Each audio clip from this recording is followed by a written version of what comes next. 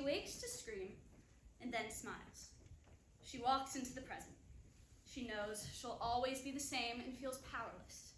Yet, she presses onward to duel with the day. She drives to school. She smiles and glances and glares at some, sometimes laughing and sometimes crying. Typical. Time begins to slow down as she sits in her least favorite period. This class always makes her feel worthless. Everyone around her grins. She wishes to be anywhere else but in the seat she's in. Important people grazing hands and locking eyes. They make her realize that something about her must be amiss. It hurts, blazes, and burns. She feels like she must run free, twist, and squirm. Slowly, suddenly, she realizes chains have formed around her wrists. She looks around and tries to see if anyone notices what's happening. Maybe she's hallucinating. Hopefully she's sleeping. She sees the people sitting in the seats around her. There's not one person who cares about her present predicament. She decides right then and there that she must be categorically insane. Maybe that's okay. Now, her chair begins to sing, and she hears a sickeningly sweet voice that sounds as if it's coming from beneath her feet. Hush, don't you cry, lullaby, go to sleep, you little baby. When you awake, you shall have all the pretty little voices. The chair squirms into the floor. The girl sinks. Her legs are locked, her eyes are open, and her mouth widens into a scream as she hears laughter, pushing her farther and farther into the ground. One girl beside her waves goodbye as the rest are preoccupied. A sweet smile and an empty stare greet her descent into darkness.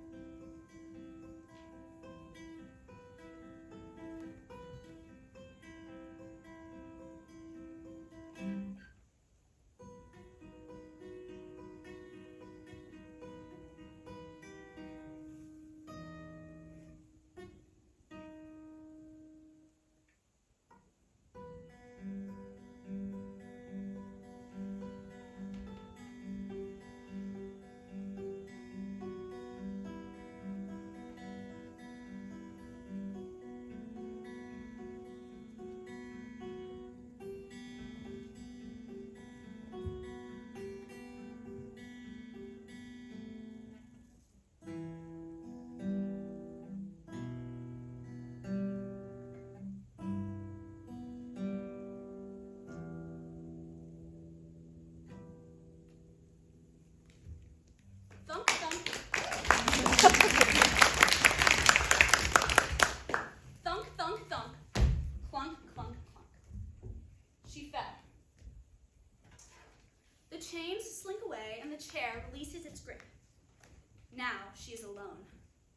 Where she is? Unknown. All she can see is porous blankness. Seems she's in a tunnel. The only object near her is her trusty chair, whom she finds out when she asks, doesn't know how it got there. She squints her eyes and smiles, for she sees a large hanging sign. Halfway convinced she's dreaming, she decides to trust the lines. They read as follows. Hello, young child. No one wants you, so you were sent to where the undesirables despair. This is Satan's evil lair. She thinks over the sign and decides that it honestly sounds just about right. It's almost merciful being sent into the world's underwear. At least she doesn't have to watch as certain people have certain kisses to share. So she decides she'll wander the chair Her one companion, she knows must be left behind. She whispers to it a tearful goodbye, all the while saying there's dust in her eye. She sets off into the endless tunnels, not feeling a single thing but a chill in the drafty darkness. She wanders. She wanders for minutes, moments, days, months, and years, sometimes yelling, though it seems no one can hear. The only sound ever in her ear is the shifty song she first heard on her journey down here. This pattern goes on until she can barely remember other days. She can barely remember her own face. She's trapped and it's dark and lonely.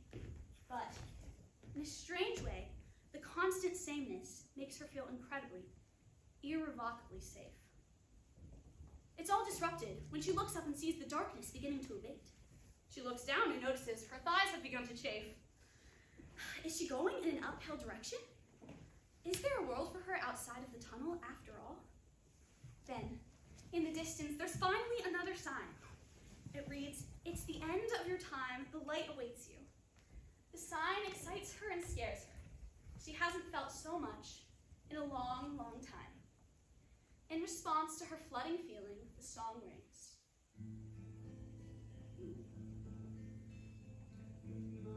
Mama loves, Daddy loves, oh, they love their little baby. When you awake, you shall have all the pretty little horses, all the pretty little horses. This time, the song enfolds her like an embrace. It feeds her emotions so that she feels strengthened and full as she continues her wandering. She begins to think of all the people who are special to her. She thinks of the moon, the sun, and the stars. She thinks of ballet dancers and candlesticks. She thinks of drunken hands playing piano, shaded birds, fashion designers, and two cats that sing and dance, but most importantly laugh. She thinks of an embrace that she wished had lasted forever. Yet, she thinks of sad things too.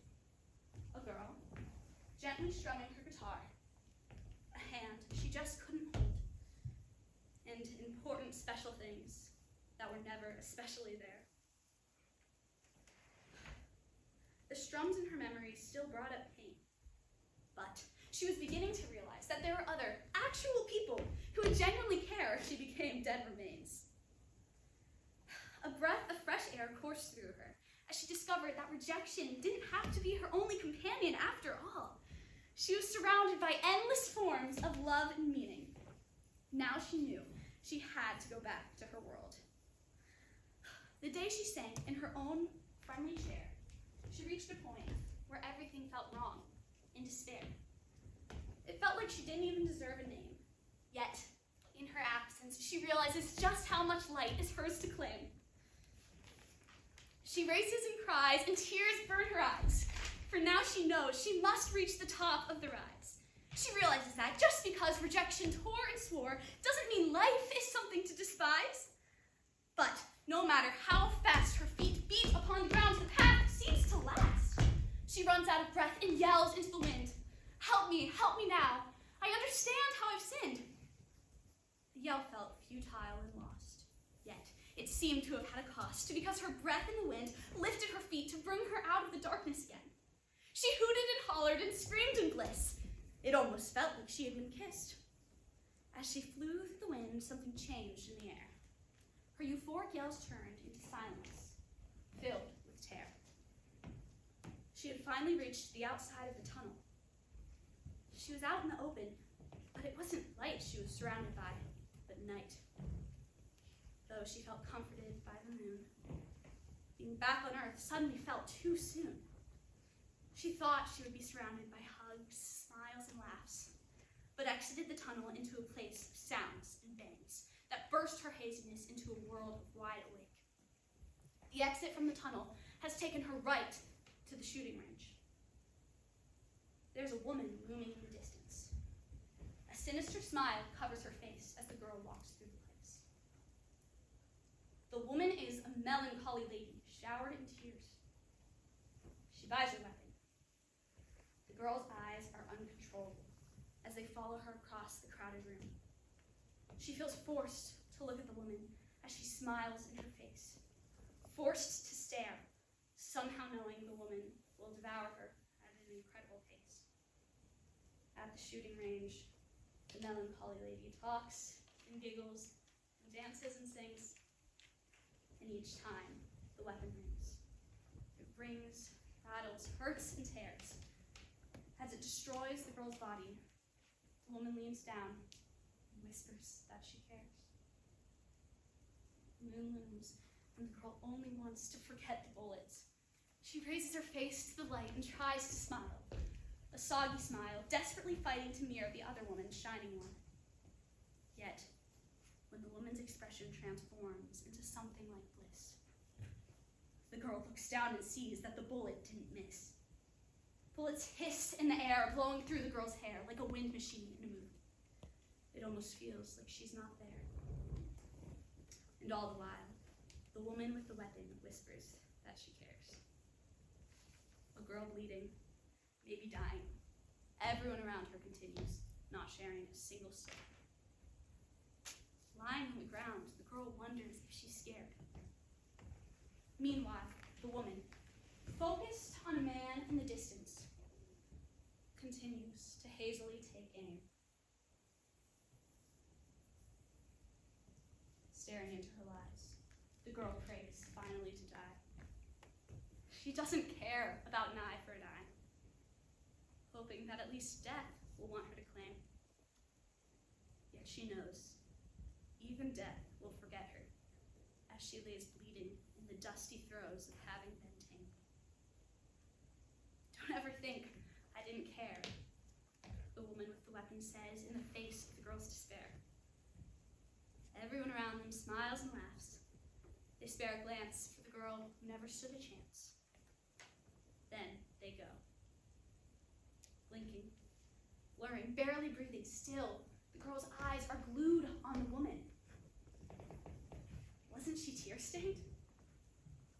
Now, amazingly, she seems okay. Then, she simply walks away.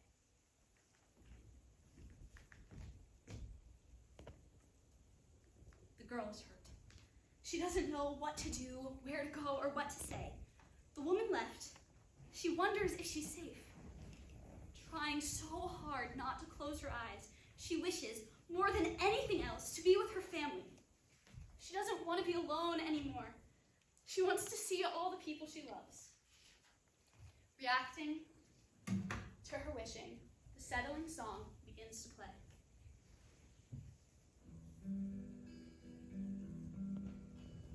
Way down yonder, down in the meadow, lies a poor little child.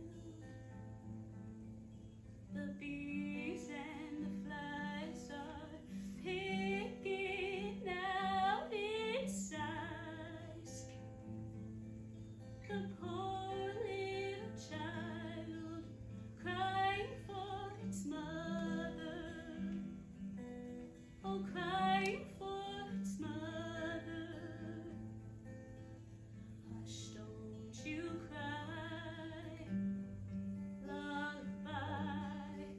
Go to sleep, you little baby.